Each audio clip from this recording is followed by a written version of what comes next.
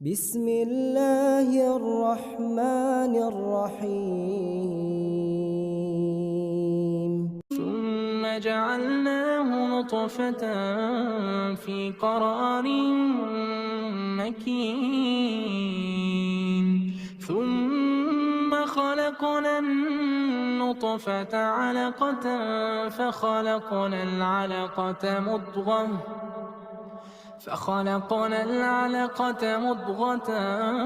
فخلقنا المضغة عظاما فكسونا العظام لحما ثم أنشأناه خلقا آخر فتبارك الله أحسن الخالقين. ഭ്രൂണപരിവർത്തനത്തിന്റെ 5 ഘട്ടങ്ങളാണ് ഖുർആൻ ഇവിടെ പറയുന്നത്. ആ 5 ഘട്ടങ്ങൾ ഏതാണെന്ന് നോക്കാം. 1 അലക്ക, 2 മുളുക, 3 ഇലാമ, 4 ലഹ്മ, 5 ആഹ്റ. ഇംപ്ലാന്റ് ചെയ്യപ്പെട്ട ബ്ലാസ്റ്റോസിസ്റ്റിനെ അലക്ക എന്നാണ് ഖുർആൻ വിളിച്ചത്. ഇംപ്ലാന്റേഷന് ശേഷമുള്ള ഭ്രൂണത്തെ ഖുർആൻ എന്തുകൊണ്ടാണ് അലക്ക എന്ന് വിളിച്ചതെന്ന് നോക്കാം. അലക്ക എന്നതിന് 4 അർത്ഥങ്ങൾ അറബിയിൽ ഉണ്ട്. 1 ഒട്ടി നിൽക്കുന്നത്, പിന്നെ തൂങ്ങിക്കിടക്കുന്നത്, രക്തപിണ്ഡം, കുളയട്ട. ഗർഭാശയത്തിലേക്ക് പ്രവേശിച്ച ബ്ലാസ്റ്റോസിസ്റ്റ് 7-ാം ദിവസം ഗർഭാശയത്തിൽ ഒട്ടിപ്പിടിച്ചിട്ടാണ് കിടക്കുന്നത്. അതുകൊണ്ടാണ് അതിനെ അറ്റാച്ച് ചെയ്യപ്പെട്ട ഈ ബ്ലാസ്റ്റോസിസ്റ്റിനെയാണ് ഖുർആൻ അലക്ക, അതായത് ഒട്ടി നിൽക്കുന്നത് എന്ന പേരിൽ വിളിച്ചത്. രണ്ടാമത്തത് തൂങ്ങിക്കിടക്കുന്നത്.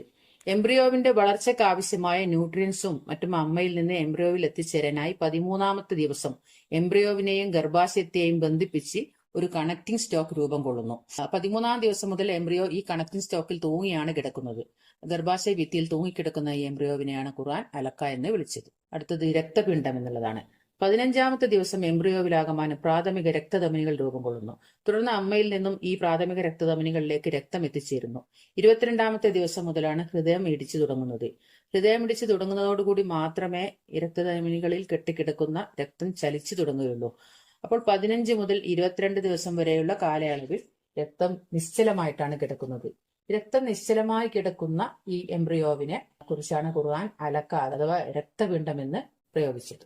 അടുത്തത് കുളയട്ട അഥവാ ലീച്ച് എന്നുള്ളതാണ്. അലക്ക എന്ന പദത്തിന്റെ 4-ാമത്തെ അർത്ഥം. ഭ്രൂണം ഗർഭാശയത്തിൽ 19 ദിവസം പിന്നിടുമ്പോൾ അതിൽ ന്യൂറിലേഷൻ പ്രോസസ് ആരംഭിക്കുന്നു. അതിനെ തുടർന്ന് ഭ്രൂണത്തിന് കുളയട്ടയുടെ ആകൃതി കൈവരുന്നു. 7 മുതൽ 24 ദിവസം വരെയുള്ള ഭ്രൂണം ഗർഭാശയ ഭിത്തിയിൽ ഒട്ടിപ്പിടിക്കുകയും തൂങ്ങിക്കിടക്കുകയും ചെയ്യുന്നു. രക്തപിണ്ഡത്തിന്റെ അവസ്ഥയും കുളയട്ടയുടെ ആകൃതിയും കൈവരിക്കുന്നു.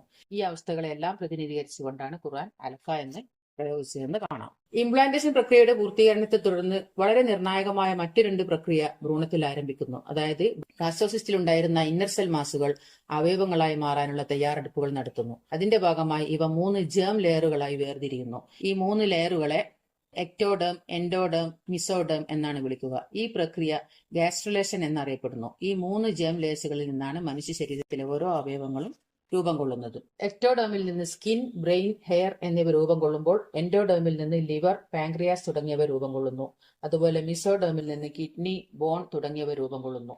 ഈ ലെയറുകളിലുള്ള ഓരോ കോശങ്ങളും അവയിൽ രേഖപ്പെടുത്തപ്പെട്ട ജനിതക നിർദ്ദേശങ്ങൾക്ക് വിധേയമായി പ്രവർത്തിക്കുന്നത് കൊണ്ടാണ് ഇങ്ങനെ സംഭവിക്കുന്നത്. 15-ാമത്തെ ദിവസം എംബ്രിയോവിൽ പ്രത്യക്ഷപ്പെടുന്ന ഒരു പ്രിമിറ്റീവ് സ്ട്രീക്ക്, ഇതാണ് ഇവിടെ സെൽഫേറ്റ് എന്ന് ഭ്രൂണശാസ്ത്രജ്ഞന്മാർ വിളിക്കുന്നത് ഈ ജനിതക കോഡിനെ കൊണ്ട്. കാരണം ഈ പ്രിമിറ്റീവ് സ്ട്രീക്കാണ് കോശങ്ങൾക്ക് എന്തൊക്കെ ആവണം എന്നുള്ള നിർദ്ദേശം കൊടുക്കുന്നത്. പ്രൈമറി ഓർഗനൈസർ എന്നാണ് പ്രിമിറ്റീവ് സ്ട്രീക്കിനെ വിളിക്കുന്നത്. ഈ ജനിതക കോഡുകൾ ഇല്ലായിരുന്നുവെങ്കിൽ ഒരു ശരീരത്തിൽ തന്നെ ഒരേപോലുള്ള ധാരാളം അവയവങ്ങൾ രൂപപ്പെടുമായിരുന്നു. പക്ഷെ അങ്ങനെ സംഭവിക്കുന്നില്ല.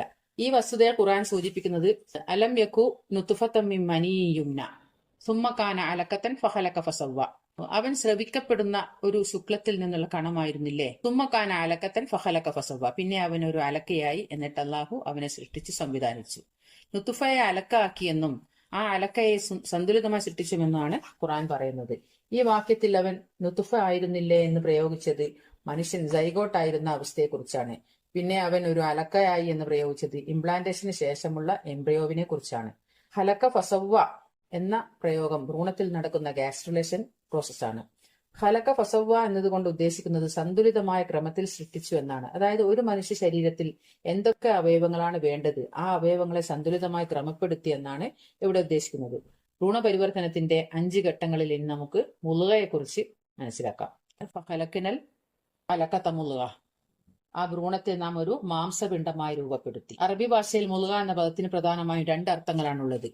ചവച്ചരച്ച മാംസം പിണ്ഡമെന്നും ചവച്ചരക്കപ്പെട്ട മാംസകഷ്ണം എന്നും പറയും. മുളുകയെ കുറിച്ച് ഖുർആൻ കുറെ കൂടി വ്യക്തമാക്കി മറ്റൊരു അധ്യായത്തിൽ പറയുന്നത് മുളുകത്തിൻ മുഹല്ലക്കത്തിൻ വൈറ മുഹല്ലക്കത്തിൻ, രൂപം നൽകപ്പെട്ടതും രൂപം നൽകപ്പെടാത്തതുമായ മാംസപിണ്ഡത്തിൽ നിന്നും സൃഷ്ടിച്ചത്. ഈ ഘട്ടത്തിൽ അവയവങ്ങൾ പൂർണ്ണമായി രൂപപ്പെട്ടിട്ടില്ല. അതുകൊണ്ട് തന്നെ ഭ്രൂണം കൃത്യമായ ഒരു ആകൃതി കൈവരിച്ചിട്ടുമില്ല.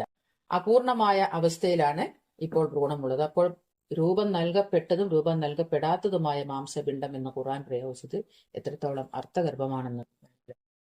ഇനി മൂന്നാമത്തെ സ്റ്റേജ്, ഇലാമ സ്റ്റേജിനെ കുറിച്ച് നമുക്ക് നോക്കാം. ഫലക്കിനൽ മുളുകത്ത ഇലാമൻ. തുടർന്ന് നാം ആ മാംസപിണ്ഡത്തെ അസ്ഥികൂടമായി രൂപപ്പെടുത്തി. ഭ്രൂണത്തിൽ ശരീരഖണ്ഡങ്ങൾ അഥവാ സോമൈറ്റുകൾ രൂപപ്പെട്ടു കഴിഞ്ഞാൽ ഉടനെ തന്നെ ആ ശരീരഖണ്ഡങ്ങൾ മീസൻകൈമൽ കോശങ്ങളായി വേർതിരിയുന്നു. തുടർന്ന് ആ മീസൻകൈമൽ കോശങ്ങൾ സാന്ദ്രീകരിച്ച് തരുണാസ്ഥി മാതൃകകൾ രൂപം കൊള്ളുന്നു.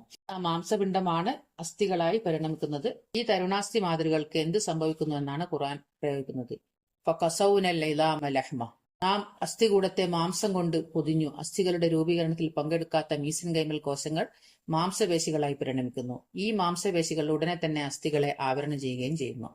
അസ്ഥികളെ മാംസപേശികൾ കൊണ്ട് പൊതിയുന്നു എന്ന് പറയാൻ ഖുർആൻ പ്രയോഗിച്ച വാക്ക് കസ എന്നാണ്.